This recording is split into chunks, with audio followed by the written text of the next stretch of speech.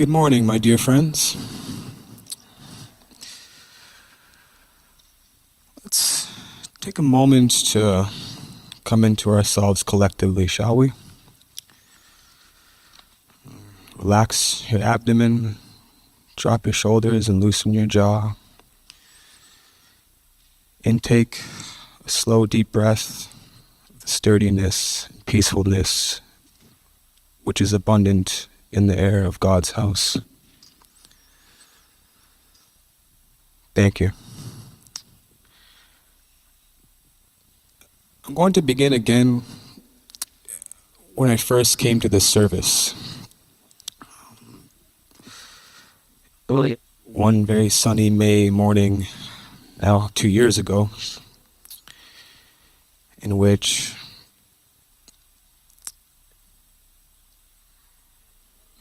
immediately when I had set foot into this church for this service, it had transformed into a completely different place. I had been, like many longtime Torontonians, into Holy Trinity many a time, just simply for a cup of coffee, or even sometimes in points in my life when I had... I slow down just a little, you know. Sometimes in points of my life when I had less financial means, I would also come in for lunch or a snack, which led me to hanging out a little bit at the hospice visual arts program. If you know me, you know I love to draw, I love to doodle, and it just so happened we just kind of strummed up the idea of a chess club.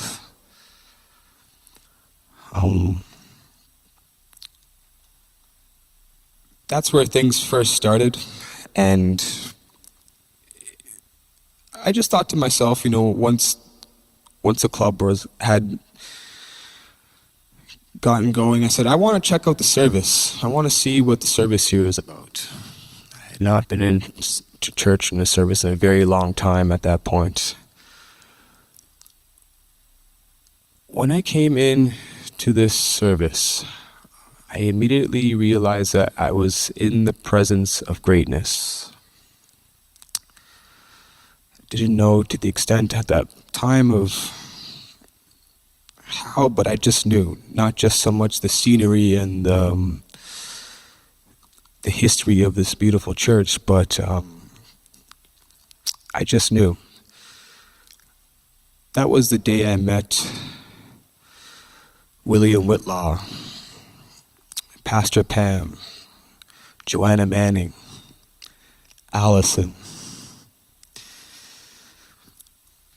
The music, I feel that's one of the greatest assets of this church, and many, not myself, but many people's one of the favorite things about this church. I'm a classical music lover. Philip Glass is my favorite musician and my favorite composer. Tell you a little bit something about this man. One of the few 19th century born composers that could sit in the pantheon with the J.S. Bachs and the Vivaldis and the Mozarts. One of the greatest pianists of all times. When I began hearing Allison play, it was as if I had stepped into one of my Philip Glass CDs. And the first hymn that I had ever heard here was All Are Welcome hymn. Well, it was only about 20 seconds into the hymn until my face was wet. And I was so moved by just the atmosphere and acceptance of this beautiful place. I left that morning with a feeling that I hadn't experienced in a very long time, a lightness, which keeps me wanting to come back, keeps me looking forward to service, even sometimes as far as Monday into coming to Sunday. I remember seeing Pastor Pam for the first time, thinking, even to this day, this is the coolest church pastor I had ever seen. Like that. She was wearing a sky blue blouse, sleeveless, with a collar. I've never seen anything like that before. Sometimes Joanna wears a sky blue collar too, and it's just so darn cool. It's just so darn different. Just like HT.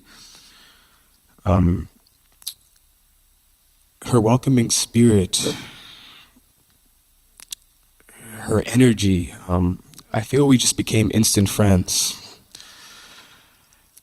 And I'm just so happy that I have such incredible people in my life in which I could learn from. I started also taking notes too of, the way I began operating my skate park as in kind of the way Pam and the gang operates this nave. And yeah, I have to tell you, it has changed the dynamic of the park immensely. This is the best, by far most potent season we have ever had at JS. The participants, everybody is just, they feel so welcome and appreciated and safe in that space. And it's just one of the true benefits of the richness of character of the individuals in this place.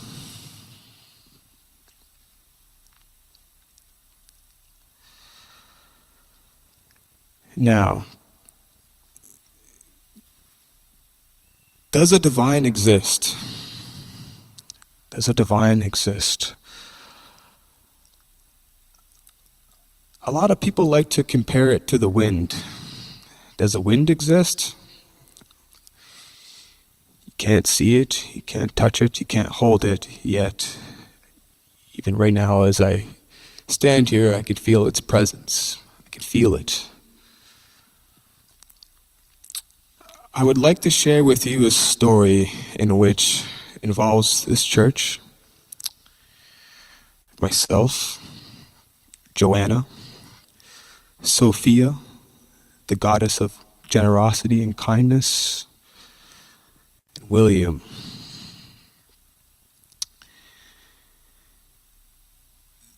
This story would be what I would describe, I call it divine serendipity.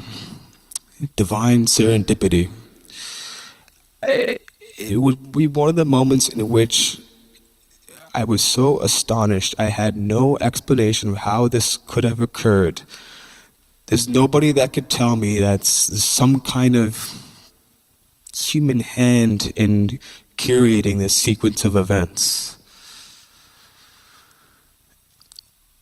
It was a very cold February service last winter, even colder than this one. I remember, I remember Jean having that lovely jacket, and people had their long coats, and I actually love those services. It's quiet, cold. I love the cold. I know it's not for everybody, but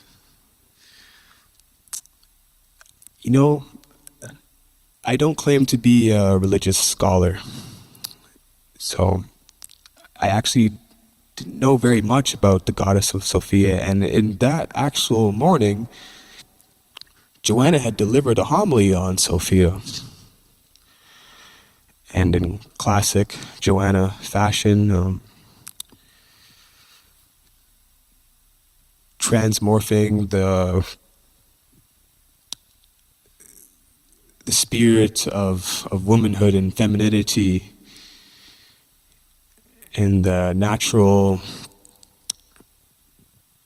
the nurturing nature of womanhood and integrating it with faith in the church. It was a lovely service. It was a lovely homily. So, that day I went skateboarding with a friend. I went downtown. Love you, Big Bear. Like a long time skateboarding friend of mine, Duncan. And, it was a great day. We did our thing. And I began making my way home as it was getting dark. I decided to skate across College Street. Making my way. As I've said before, that why I love long skates so much is I tend to do my best thinking while I'm skating. I tend to do my best thinking during long skates.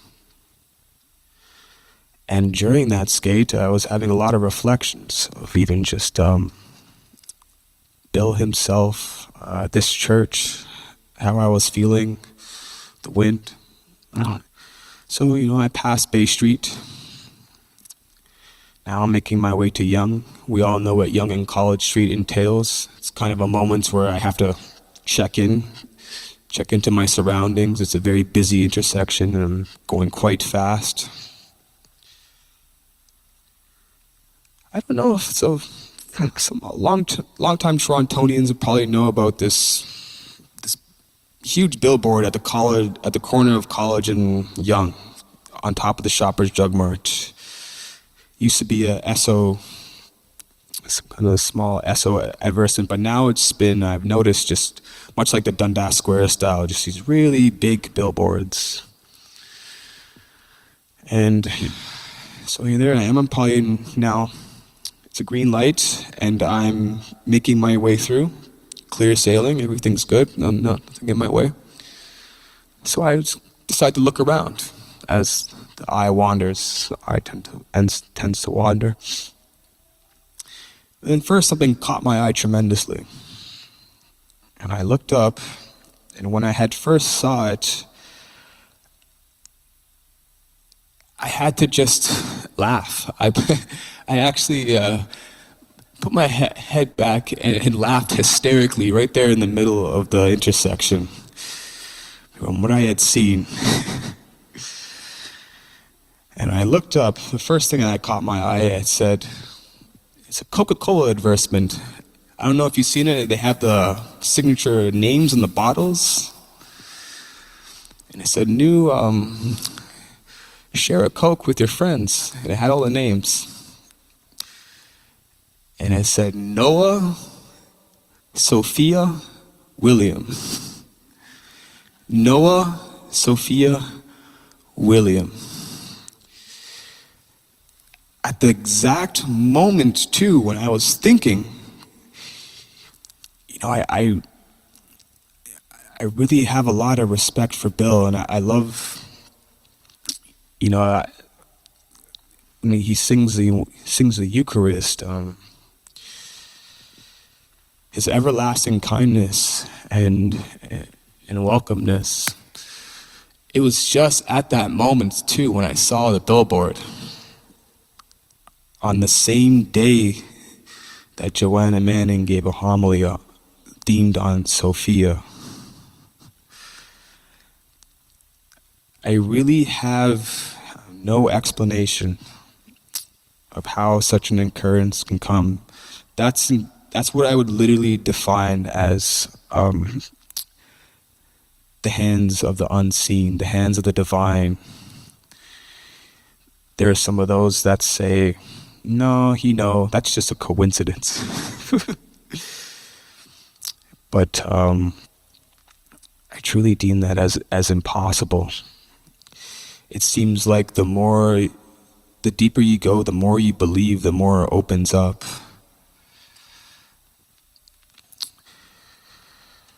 So I just really want to share that story with you, because I know that, faith, just like the moon circles, just like the moon, it can wax and it can wane. Sometimes we have it in abundance, and sometimes it is running on very low. Yet there are times in which just keep your eye out. You get those confirmations.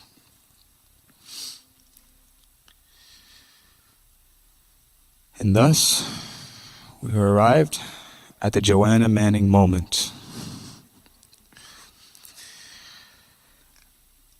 I'm an aspiring writer. I love literature. I love books. I feel one of the first people in this congregation that I had a common bond with was Joanna about our love of reading. I remember at the time too, I was reading a lot of Sir Arthur Conan Doyle. I just love Sir Arthur Conan Doyle. Joanna elated when she was making her way back to the sacristy. And then we have common bonds on chess. One of my favorite sequences in this book. Oh my goodness. Joanna describing playing games of chess with a lover in the University of London in the Rose Garden. Oh my goodness.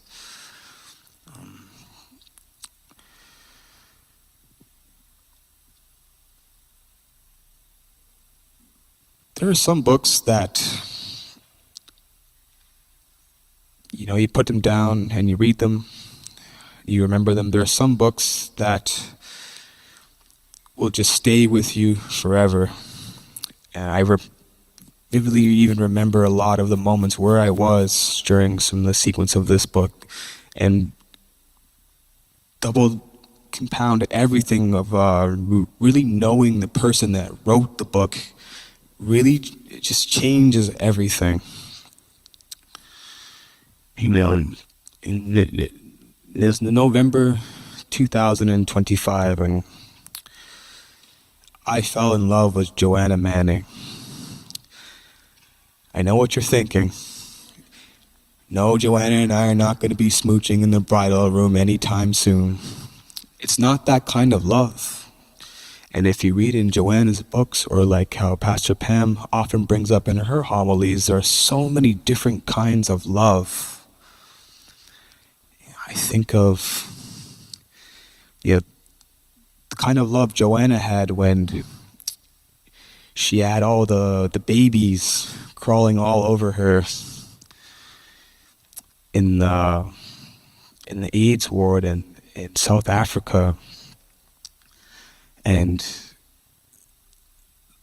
the love of faith, the love of devotion.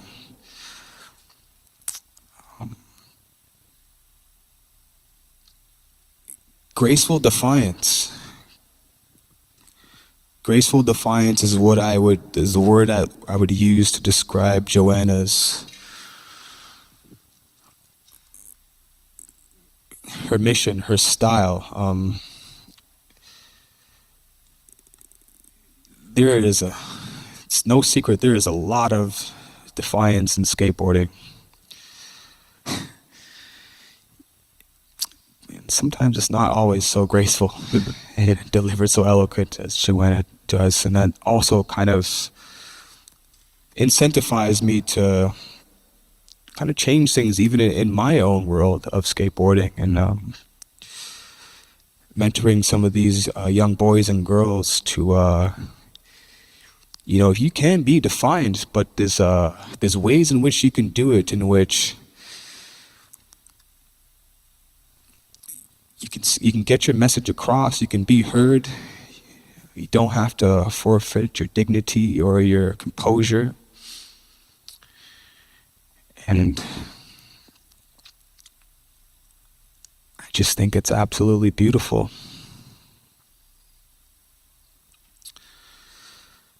So we're going to get into a little bit of Q&A here. And I'm going to sit down and join my dear friend.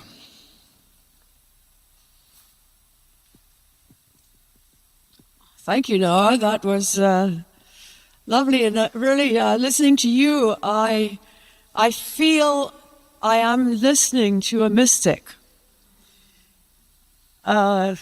person whose soul is very deep and who sees life with a depth that is more than just the superficial elements of what's happening, that there is a wonderful, graceful way that you skateboard through life, but your observations are intense.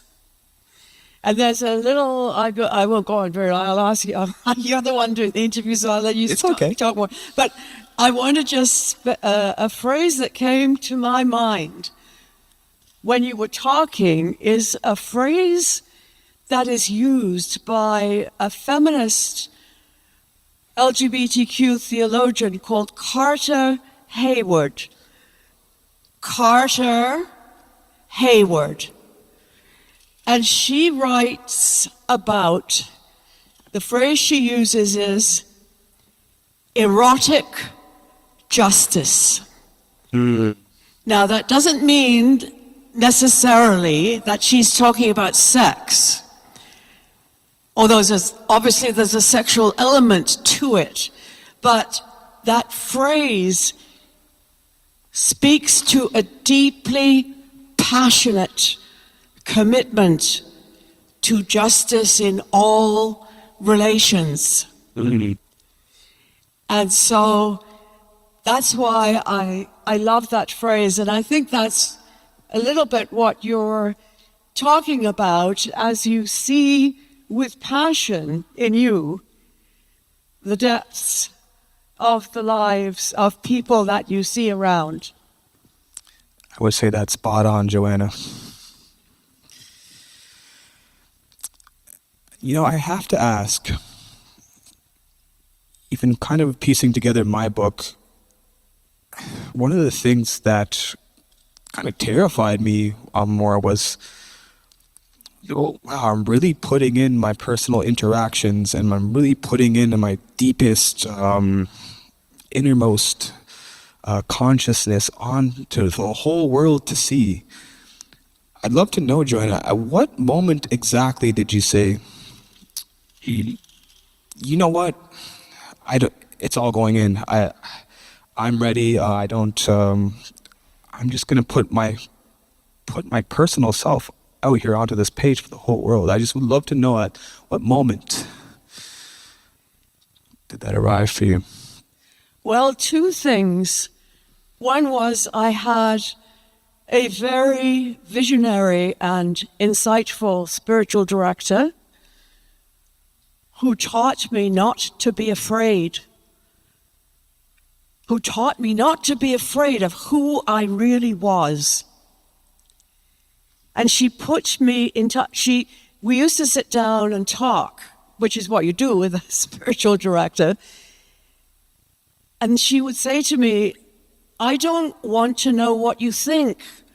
Don't tell me what you're thinking. That's fine. What are you feeling? How is this affecting you? So that was one thing.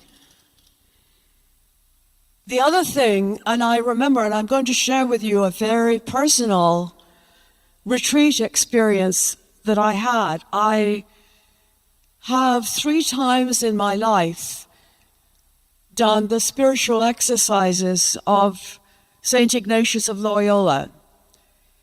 And one time I did this during Holy Week at the Jesuit house in Guelph, which unfortunately has just closed. Anyway, and during the spiritual exercises, you are invited to meditate on the gospel, but enter into it, to allow the Spirit, to allow Sophia to take you through your imagination right into. So you actually have to take on the persona of a person in the story.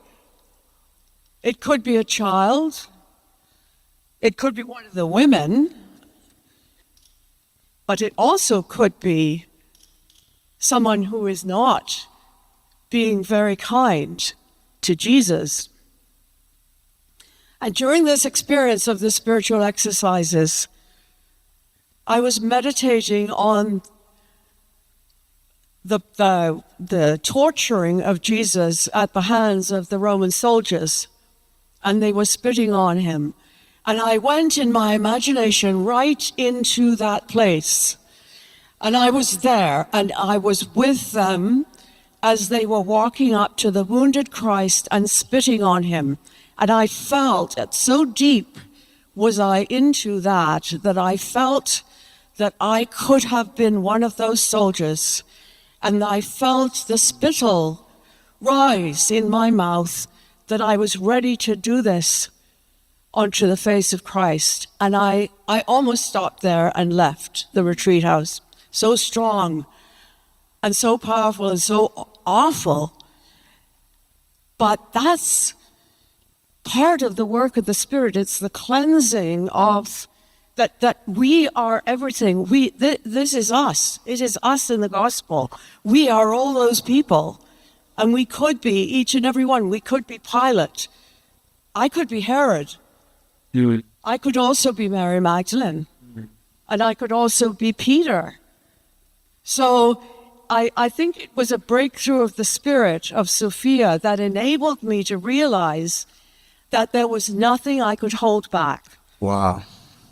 That if I had been ready to do that in my prayer and in my imagination, God, what else do you need to see about me? My soul is bare. My soul is exposed during prayer, during that. And that's what you need as an author, I think. It is to be, and Len, you know this probably too.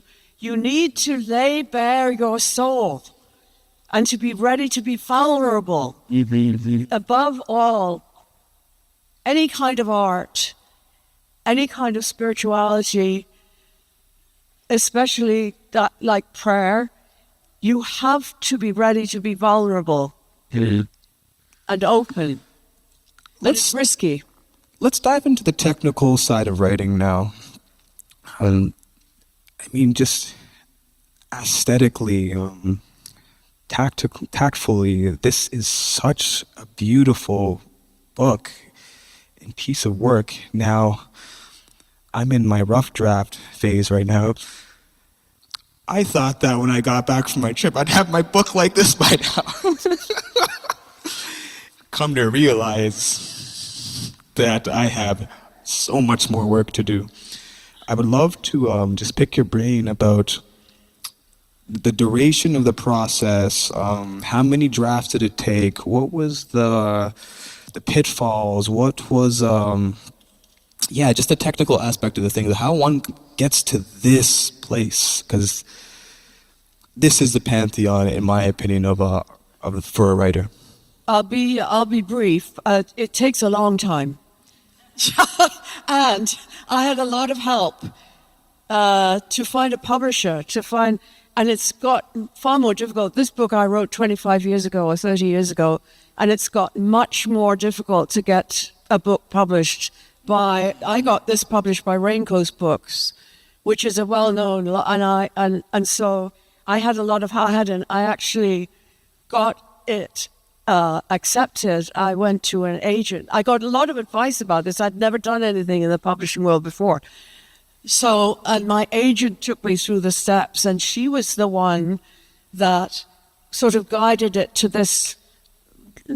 getting it to this level of publication. So I won't go, if people want to know the technical stuff about publishing books, I can talk to you, but I don't think that maybe, and I am also getting conscious of time. Now, I don't know, we do need to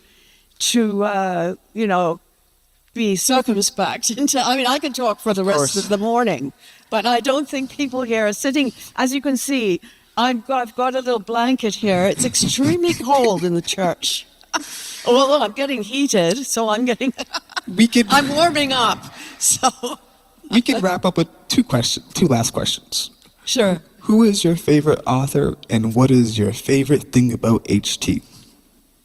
Oh gosh. Now, I would distinguish. You put me on the spot here because, my mind tends to go blank. the person, the spirit, in spirituality, I'll sort of distinguish between fiction and spirituality. One of my favorite authors who really had an effect on me when I was young was Julian of Norwich. Her writings, also Teilhard de Chardin, who was again a mystic. You probably know him, Jean Martin, I'm sure he's a Jesuit, great Jesuit mystic. Hildegard of Bingen, I quote some, and the poet, who's Hafiz, who was an actual Persian poet, who lived in the 14th century. His poetry, if you reread the reading from today, it is quite extraordinary. And somehow the words that he used, there's a music, in the combination of the words. This is what I love about writing, I'll just say on the side. I sit down and I just write what comes into my mind. That's the thing you must do. If you want to write, just write without censorship, without any censoring of yourself. But then you go back and you look at the words and you think, oh, there's another word, slightly different word I could use there that might fit slightly better. And my great companion in this is a thesaurus, of course. So now you can get it all online, but I still use the old-fashioned book version. Anyway, where was I? My favorite author, yes. Yes, and your favorite thing about HT? And my favorite thing about Holy Trinity?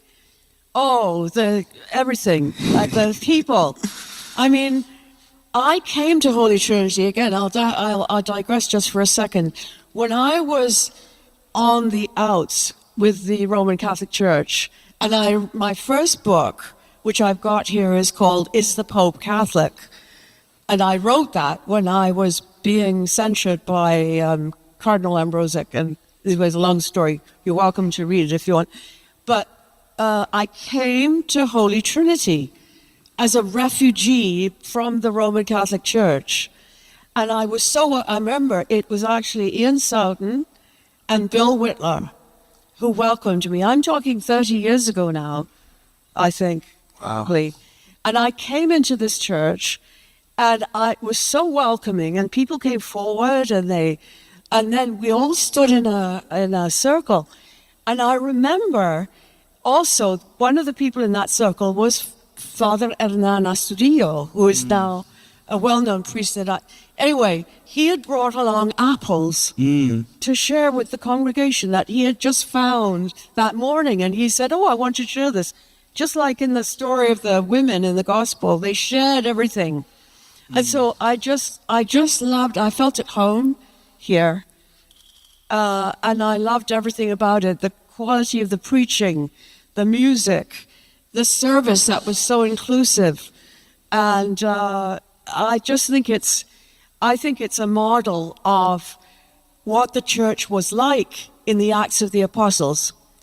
That the women, and I want to just get in my oar here about the women, why we had this gospel reading.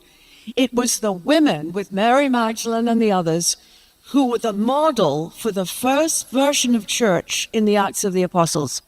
Wow. They were the ones who shared their resources. Now, these women were not your trad wives by any means. They were women of independence and so on. So they had resources, Mary Magdalene and the rest of them.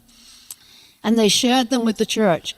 And the thing that is there in the Acts of the Apostles very clearly says, all the disciples held everything in common and distributed to each as it was needed.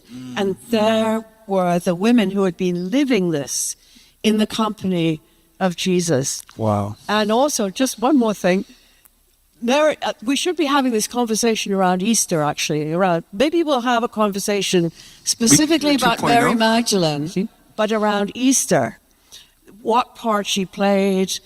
But I'll just leave you with this thought, that in the Roman Catholic Church looks to Peter, the apostle, as its founder. He's the Pope's all take out to Peter.